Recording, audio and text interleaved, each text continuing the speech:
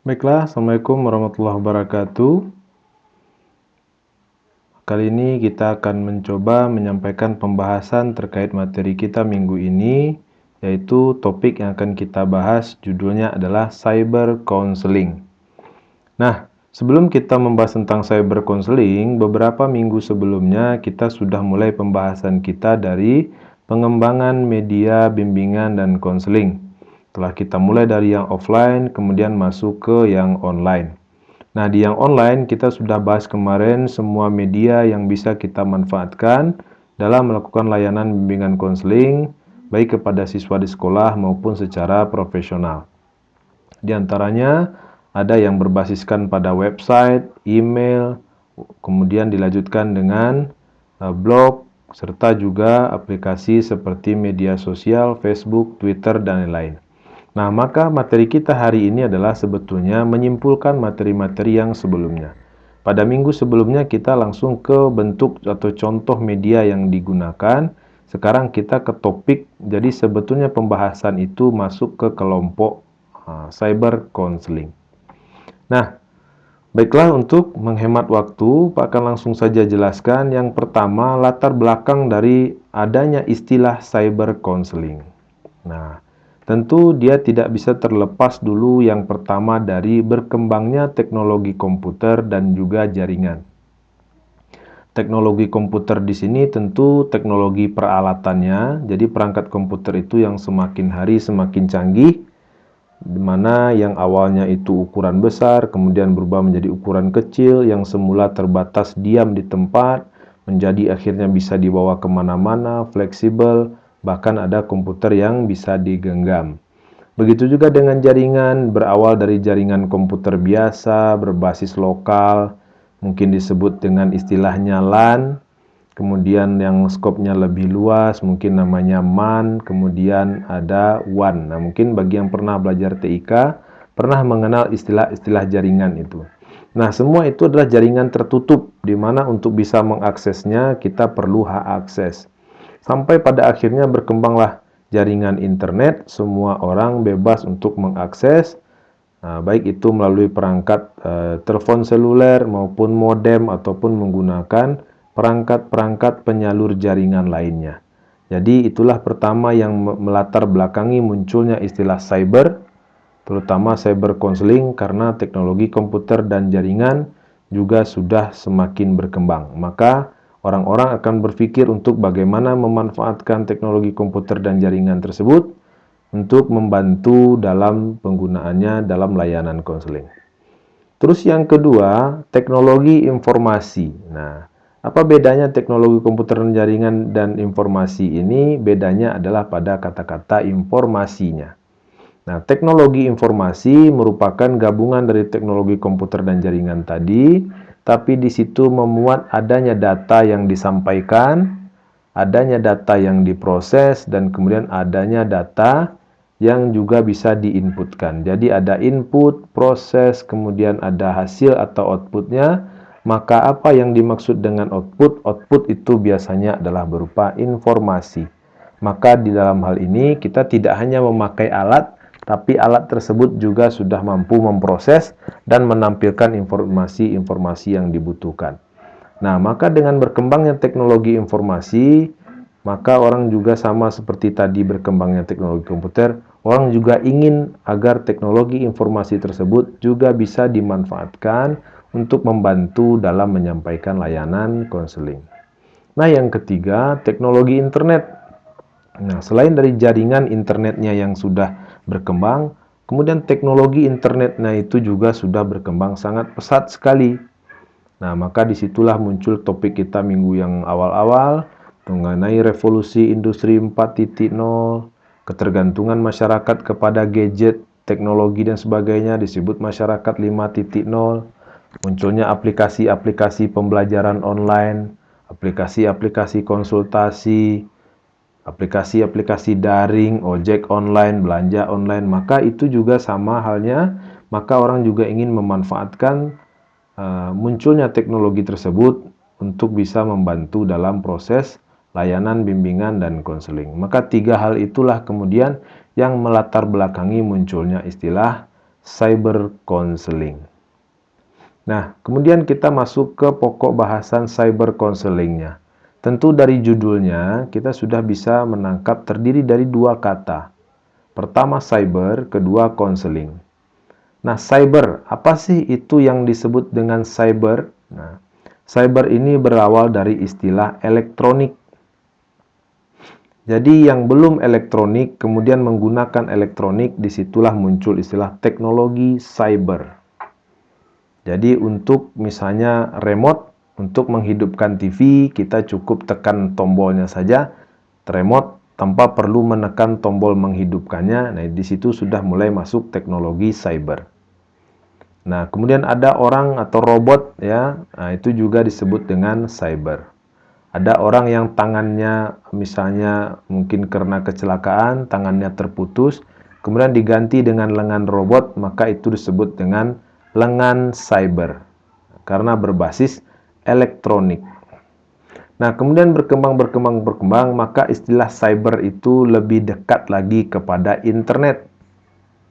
Nah, karena dalam prakteknya orang sudah cukup memanfaatkan internet saja untuk bisa menggunakan sesuatu layanan, mengaktifkan sesuatu, maka di situ istilah cyber juga dibawakan ke istilah internet. Nah, internet ini sama dengan online atau istilah E. Sehingga juga cyber itu boleh juga disebut dengan online. Jadi ada pembelajaran online, maka boleh juga disebut dengan pembelajaran berbasis cyber. Cyber learning. Tapi jarang digunakan, jarang. Kenapa? Karena kebanyakan yang menggunakan istilah cyber itu bersifat virtual, tidak langsung. Artinya dia ada di dunia virtual atau dunia maya, simulasi. Nah, maka dalam hal itu virtual atau maya itu yang sebetulnya lebih dekat kepada istilah cyber. Begitu juga dengan daring.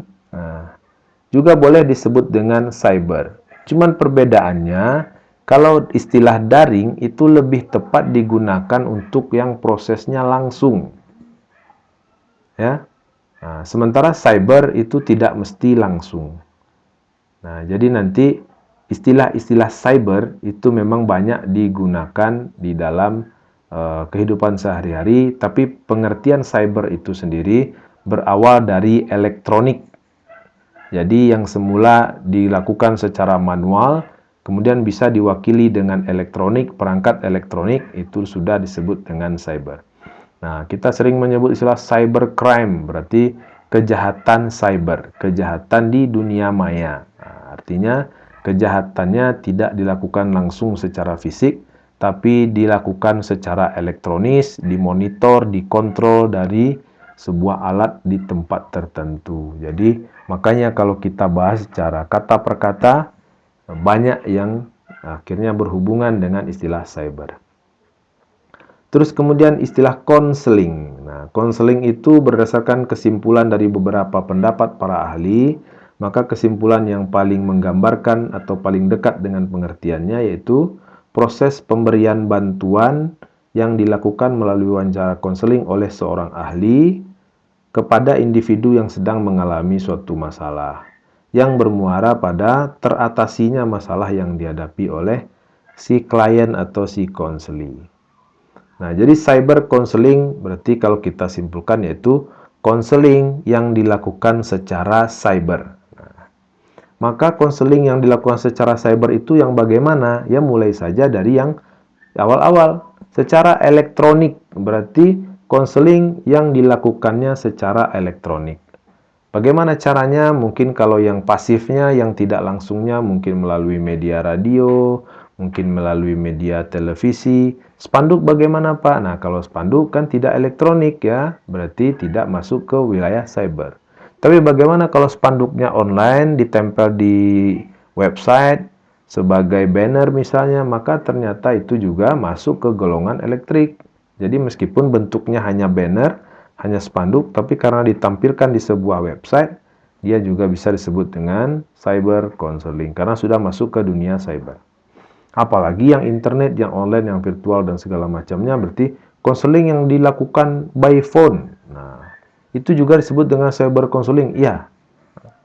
Nah, kalau gitu nanti terjadi overlap, terjadi tumpang tindih antara pengertian e-counseling dengan cyber counseling. Nah, bagaimana itu, Pak? Tentu nanti mana yang benar? Apakah e-counseling, online counseling, atau cyber counseling? Nah, jadi berdasarkan pengertian yang kita bahas, cyber counseling ini berarti induk dari semua cabang-cabang elektronik counseling. Baik yang via internet maupun yang hanya via televisi, via radio, masuk semua ke wilayah cyber counseling. Nah, berikutnya sudut pandang. Jadi, sebagai orang konseling, baik itu guru BK, profesional di bidang konseling, atau memang konselor independen ya, maka kita boleh memandang cyber counseling itu dari berbagai macam sudut pandang. Pertama, cyber counseling sebagai model. Nah, maka cyber counseling itu sebagai bentuk pola layanan baru. Nah, itu namanya cyber counseling sebagai model.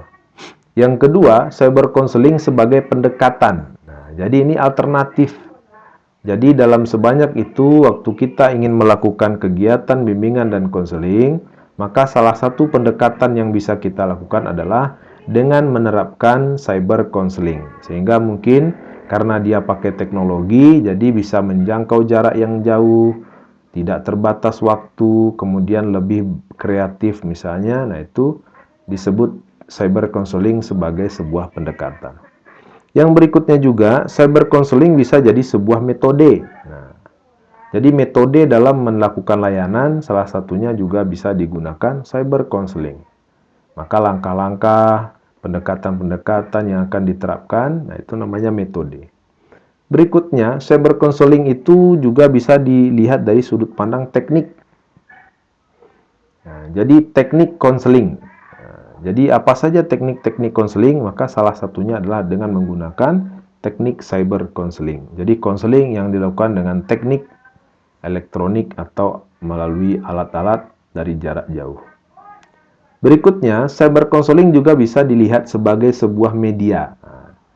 Jadi cara atau alat dalam menyampaikan layanan salah satunya melalui cyber counseling. Berarti melalui media elektronik, internet, dan segala macam. Berikutnya, cyber counseling dilihat dari sudut pandang strategi. Nah, kenapa strategi? Nah, ini nanti tentu berdasarkan penelitian lapangan.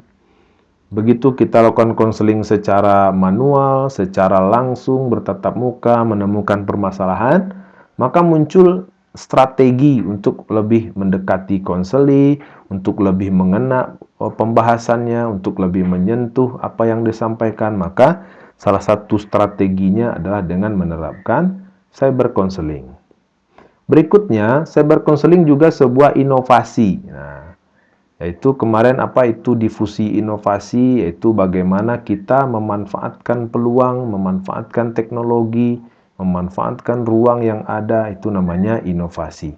Karena ada jaringan, ada teknologinya, maka kita mencoba berinovasi dengan membangun sebuah media, sebuah peralatan untuk melakukan layanan konseling. Berikutnya, tren. Nah, cyber counseling ini juga bisa masuk ke wilayah tren. Karena saat ini sedang berkembang tren, nah, yaitu di mana yang menggunakan teknologi dianggap lebih bonafit, lebih berkelas, lebih profesional dibandingkan dengan yang tidak menggunakan teknologi. Nah, maka di situ cyber counseling bisa menjadi tren. Sama seperti berbelanja online, ojek online, bekerja online, sekolah online. Nah, semuanya sekarang menjadi tren, maka cyber counseling juga bisa dianggap sebuah tren. Kemudian yang berikutnya, kebutuhan. Nah, jadi memang butuh untuk dilakukan cyber counseling dengan alasan-alasan tertentu yang menyebabkan kita memang butuh untuk layanannya dilakukan secara cyber. Nah, ini berkaitan juga dengan yang berikutnya, tuntutan. Nah, contohnya seperti sekarang, dalam masa pandemi, orang tidak boleh keluar, tidak boleh bertatap muka langsung, tidak boleh berjarak yang cukup dekat, tidak boleh kerumunan dalam suatu tempat, maka keadaan tersebut menuntut untuk layanan-layanan konseling ini bisa tetap dilakukan. Nah, bagaimana caranya? Melalui cyber counseling. Yang terakhir atau yang berikutnya, cyber counseling juga bisa dipandang dari sudut pandang solusi. Artinya muncul permasalahan seperti saat ini, pandemi di mana orang tidak boleh bertatap muka, tidak boleh berdekat-dekatan, maka muncullah salah satu tawaran solusi, yaitu menggunakan teknologi atau yang disebut dengan cyber counseling. Jadi cyber counseling ini adalah istilah dalam bentuk layanan konseling, sama aja dengan istilah daring ini. Dulu kan tidak ada, baru kemudian taunya dulu ojek online. Sekarang disebut dengan ojek daring. Nah, jadi kan itu istilah. Begitu juga dengan cyber counseling ini.